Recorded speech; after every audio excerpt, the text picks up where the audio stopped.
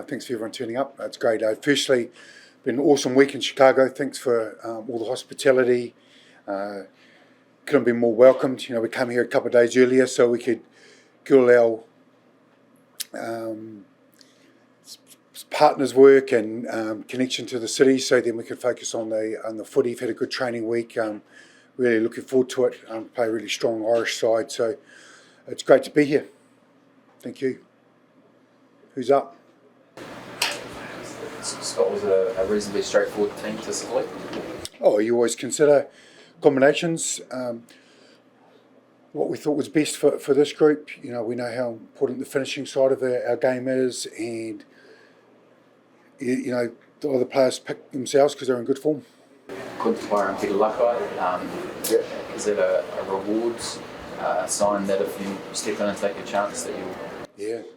Yeah. Look, both played great footy. That last test, and they've earned the opportunity to go again. How much have you tapped into the rivalry with Ireland this week? Oh, we've discussed the history. It's all pretty fresh here, on the soil we're in at the moment. There was a historic day a number of years ago, so we've connected back into that and understood what it takes to, it's going to be a lot of green there. It's not a Viva, but it's pretty close in regards to, there's a lot of Irish around the place, and also what we learnt last time and what was the lesson, so we'll be a step ahead of them. Scott, with the bench, how much importance have you placed on that this week and finishing strongly? Well, it's a strong Irish bench as well, a lot of experience and some key players on there. And as I mentioned, the finishing side of the game is pretty critical. So some good combinations and guys that can cover different positions. It's important. At least to show you enough in Perth to give you that opportunity, Yeah, it was great. It's good to give him a crack and show his strengths. And obviously he's played a lot of midfield in France and come back with Tasman. So he can cover both, which is important to us. NFL field, different dimensions potentially. How do you approach that from a team perspective and the environment that you're playing on Saturday? The training ground's very similar, so we didn't have to do too much. It was sort of crammed in at the university, and so it drops off one side and the car park's been grassed on the other end, so we've manufactured a field just to replicate what we're going to play on. Ireland, Andy Farrell didn't coach them in the Six Nations back in there. What do you expect from them come Saturday? They know who they are. They've been around long enough. They've got a lot of cohesion, and they've played together a lot. They've got together, and they'll be pretty clear in how they play. He's experienced coach and good, and they'll be up for it. Scott, on Ireland, what did you make of their team, and is Stuart McCloskey playing a 12 a bit of a curveball? Look, obviously they've got a few dings and a few players not available, so you do your best guess. You don't want to spend too much time on it. But obviously he's a big ball carrier, McCloskey, and he'll add to the team. Sometimes you guys get the occasion, they rise to it, and I'm sure he will. And like I said, they've got a really good, strong bench, so we expect the best of them.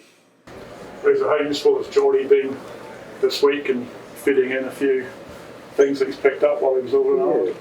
Yeah, look, as I mentioned earlier in the week, he's got a coach's eye. He knows a lot of, he understands detail really well, but he just puts him where he needs to, not too much, just some really key areas, part of their identity that we need to understand and how they're going to play, and so it's been invaluable.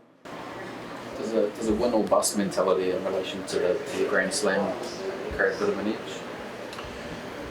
There's probably a combination, Mark. I think the result last time, the opportunity for a Grand Slam, that's pretty rare, and just having a crack as a group, all those things together is pretty exciting, and you're an All Black, so every test match is critical, so there's all those elements here, so there's a lot on the match. Do you take much out of what happened at the Aviva last year and the way you're able to win on that night? Oh, look, you want to remember things you did really well and the things that they got right, and so you can marry it all up and go, it's going to be similar, like the Lola squad, the team's the same, both both sides, and just little reminders along the way. But it's a year on, but there'll be a lot of similarities. But it's still a physical game, and that's what it was last time we played. Razor, how big is the rivalry between the All Blacks and Ireland? How would you rate it? Rate it? Yeah. Like on a 1 to 10, or over 100 years, or in the last, what rating scale are we using? Whatever you like. James? Okay. How do I rate it? It's great. It's fierce, like you can see when you have a full media conference like this and people travel around the world, till 2016, it was one-sided. Now she's 5 for 5 in the last 10, so it's heated. It's the occasion, it's on the day, and it means a lot to us here. And there's a big spicy battle on the wing between James Lowe and Leroy Carter. Yeah. Chiefs Mana. What do you think? How do you think Leroy will go? You had to just chop it in there, didn't you? To frame a question around your beloved squad. Yeah, look, I think that James made a great career for himself over in Ireland, isn't he? And we've got a young fledgling winger that's going pretty good. That came from Sevens, so they've got their own storylines. It'll be great head to head. Scott, Rico Ioane is a very experienced player, but obviously a lot of competition in his areas of the pitch. What does he need to do to drive back into one of those spots? Take the opportunity next time he gets it. He's trained really hard, and he understands. This is a hard team to get in, hard team to pick. So it's an everyday job to turn up every day. Scott, it's a great rivalry since 2016, but New Zealand have beaten Ireland the last 2 occasions, one before your time, one in your time. Yeah. Does that give the feeling that New Zealand have figured Ireland out, that you have the edge over them? I don't think you can say you had the edge over them. Those games are really, and they're close. There's more margins.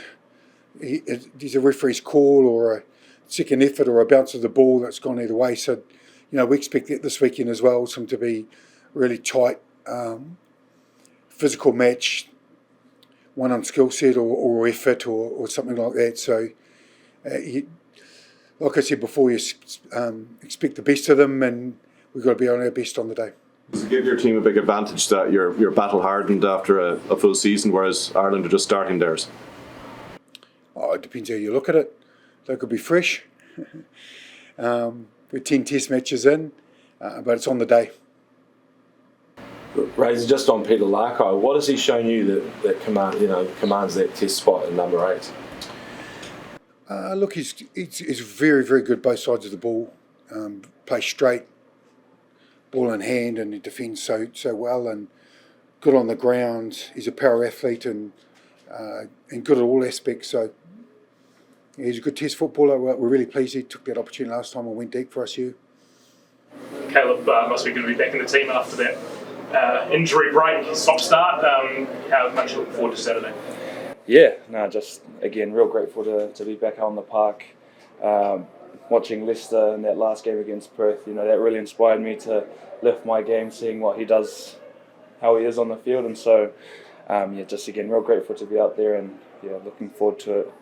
That break was stink, so real grateful to be back. How frustrating was it, given how hard you worked to get back in that team and be out immediately after? Yeah, it's just one of those things. It's rugby's rugby, so worked hard to sort of get back to this point, get the body in better nick, and hopefully can get through this game and carry on with the tour. What do you expect from Ireland on Saturday? New team, new back three, and poses new challenges. Talking to Geordie, and he knows a couple of them real well, so seeing their back three and how they're going to work, and good challenge for Bonfa and Joe and myself to take them on. So I know you've got a decent quarterback throw, and you must be looking forward to playing at Soldier Field on Saturday. Yeah, we're at Barstool the other day, and they had just like this massive bin full of the gridiron balls, and I was just sort of chucking out seeds, so might see a few in the warm-up, but if you see it in the game, just take me off. Caleb, Jack Crowley and Gibson Park. Probably expect them to put a few high balls up. How much do you relish that area of your game? Yeah, I just sort of love it so much. Again, I thank a lot of the boys from the NRL that taught me a lot of their skills when I went to the Rabbitohs. Gave a few tips, a few drills that I used to work on sort of last year and leading into this year. So yeah, hopefully they can kick a few on my side and we'll see how we go. But again, it's going to be a big part of this game, sort of winning the aerial battle. And now you just see this year how much it really swings momentums in games. So forwards have their job and back three have ours, and it's going to be sort of won and lost in that. And Peter, for you, you should be patient this year, but you got the start in Perth and took your opportunity. What went into that match for you, and how happy are you to go again this week? Yeah, no, similar to Caleb. Just real grateful to be in the 23. Was similar to Caleb, actually had an injury early in the year, and then worked hard to get back into this environment, and then obviously put in the hard yards at training, and then got a few opportunities in the championship, and then an opportunity again this week. So yeah, no, just real excited to get out there on Saturday. Caleb, Peter, what does this occasion mean to you guys, playing in the US, playing in Chicago, given what happened in 2016? Yep. Nah, it's unique. It's a unique experience. Not often you play in the US, and obviously my first time playing Ireland, so I'm looking forward to it. It's exciting, and looking forward to hopefully a sold out crowd at Soldier Field. So. Yeah, I think it's a real exciting opportunity to sort of have our chance to rewrite history, and I think I was in school sort of the last time the team played here. So speaking to a couple of the boys that were a part of the squad, they were looking forward to again sort of rewrite history and right a few wrongs. So. Is that the lens that you guys are looking at this game through, of rewriting history? Oh, not too much. We're just taking our opportunity again. I think a big focus on us is taking each game at a time, and so we've had a look at the past, but it hasn't been our main focus. We're really focusing on just what's ahead and how much of a great opportunity it is to play here. Caleb, is your dad flying over to sing the national anthem? It'll be another surprise if he does. I spoke to him the other day, and he made a joke where he was just like, "Yeah, maybe I should just come around with the team, and start singing." And I was like, "No, you had your time. It was great, but I think you might be seeing him." And I was going to ask about the rivalry between the All Blacks and Ireland. How would you describe it? Man, I can think sort of that last game since 2016. I think both teams have won 5 games each, and so there's a lot of history, especially sort of nowadays. Rugby's become real competitive around the world, and so it's just real exciting. And I know when we went there last year, there was sort of that story around Sexton and Reeks, and so lucky there's just a few clear pages this time, and we can just go out there and just stand and bang with those guys. And just one last question for me. If there was to be an All Black to sing the national anthem, who would you nominate to sing it? Is it Caleb? Maybe Jared Bauer or Tossie. One of those.